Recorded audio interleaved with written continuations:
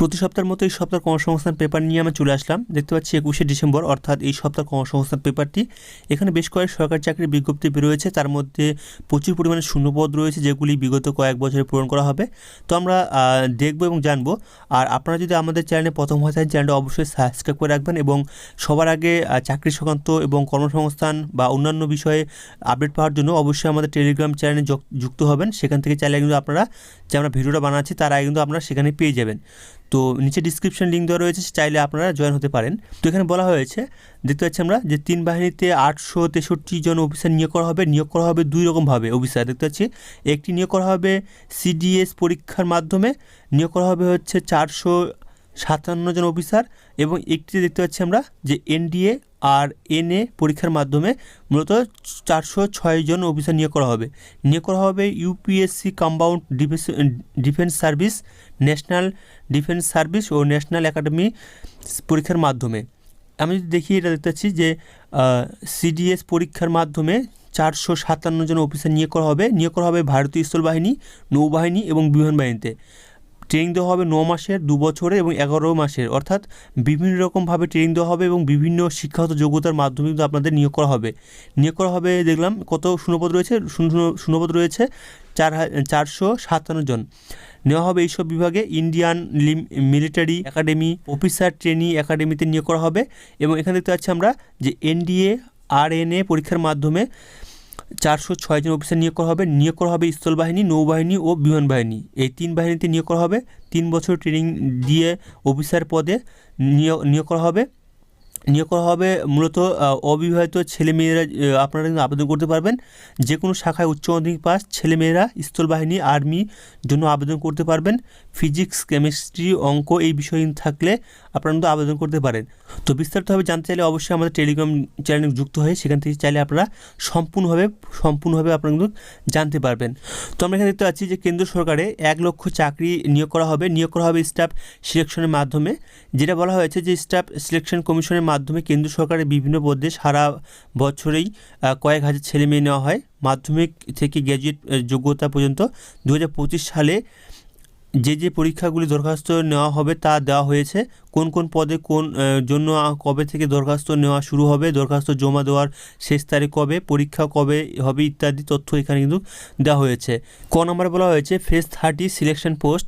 কেন্দ্র সরকারের botanical service of India, national test house, geological survey of India, Kolkata national library, Farakka barrage project, Kolkata institute of সেরোলজিতে কাজের জন্য clerk, home guard, accounts clerk, chargeman, scientist assistant, staff car driver, technical superintendent, research investigator, junior computer multi typing staff, library assistant, field attendant, officer attendant, canteen attendant, library information cleaner, fertiliser inspector, personal assistant, electrical welder, technical officer, pharmacist, librarian, investigate assistant, pension officer, এইসব পদে নিয়োগ করা হবে।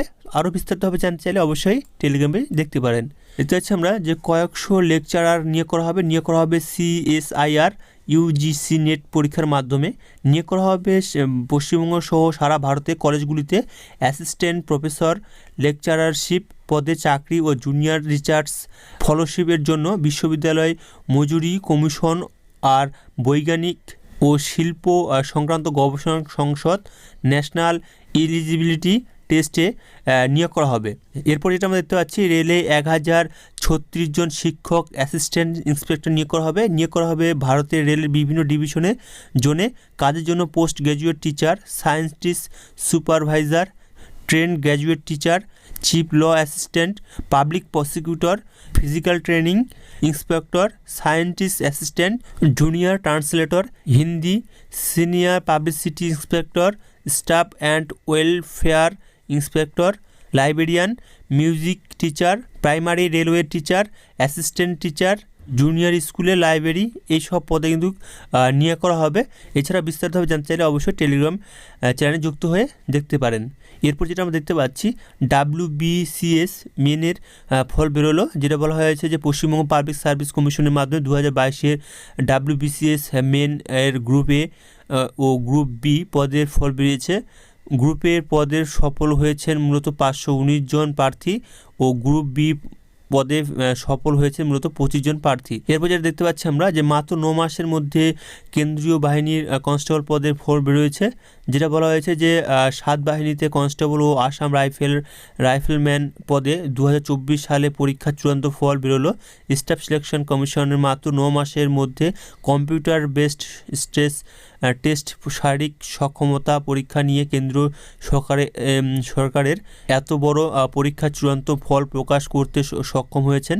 এই পদে computer based test হয়েছিল বাংলা ভাষায় সহ সারা রাজ্যে 13টি ভাষায়, আঞ্চলিক ভাষায় হয়েছিল।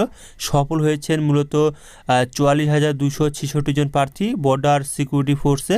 এরপর যেটা বলা হয়েছে যে 378 অ্যাপ্রেন্টিস নিয়োগ করা হবে Rashtriya chemical and fertilizers limited trade apprentice, technician apprentice ও গ্র্যাজুয়েট অ্যাপ্রেন্টিস পদে 378 জন লোক নেওয়া হচ্ছে। কারা কোন ট্রেডের জন্য যোগ্য? ট্রেড অ্যাপ্রেন্টিস নেওয়া হবে এইসব ট্রেডের। এছাড়া বলা হয়েছে এখানে NIOS থেকে ডিএলএড পাসটা প্রাইমারিতে যোগ্য, যেটা বলা হয়েছে যে national institute of open school NIOS থেকে ডিএলএড কোর্স প্রাইমারি টিচার পদের জন্য যোগ্য। সুপ্রিম কোর্টের বিচারপতি BR ভাগাই এর ডিভিশনে বেঞ্চে 10 নম্বর, অর্থাৎ বলা হয়েছে যেটা। তো এই হচ্ছে ছোট করে আমরা আপডেট দিয়ে দিলাম। তো আপনারা চাইলে অবশ্যই আমাদের টেলিগ্রাম গ্রুপে গিয়ে আরও বিস্তারিতভাবে বিষয়গুলি এবং জানতে পারবেন।